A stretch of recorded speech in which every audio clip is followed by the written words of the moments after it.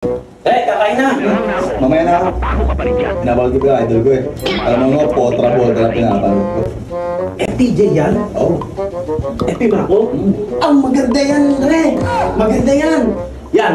Nakikita mo yung mga sundalo na yan? Oo. Ha? Alam ko kung saan galing, sa ilog galing yan.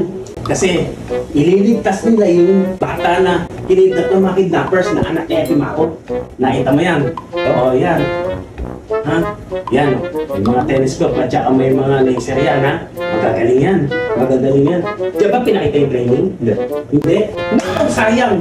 Sa sine, pinakita. Ang gagaling yan. Ang gagaling yan. Ngayon, yan. Naiintindihan mo ba yung kinakwento ko? Oo. Ha? Naiintindihan mo? Oo. Ha? Yan. O, ayan. Ha? Ayan. Pagdating ng alas 2, lulusubin nila yan.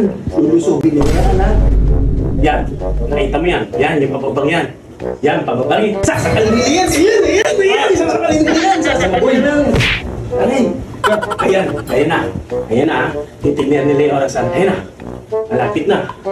Mag-alas 2 na. Ayan na. Ayan na!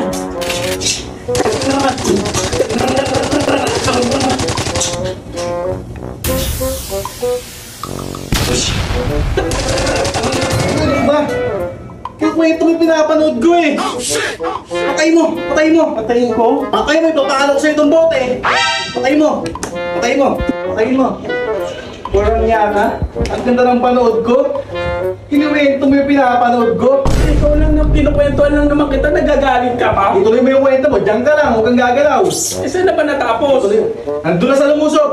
Hindi ka Nandun na sa lumusob! Ito na nga, kukwento ko na nga eh. Bilisan mo! Hindi ko naman may kukwento kapag hindi ko napapanood eh.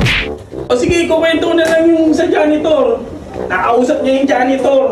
Sabi niya, Kung sumikap ka para maging maganda ang buhay mo sa kinabukasan, Nagsisumikap na ako para maging janitor para may aawit ka sa hirap.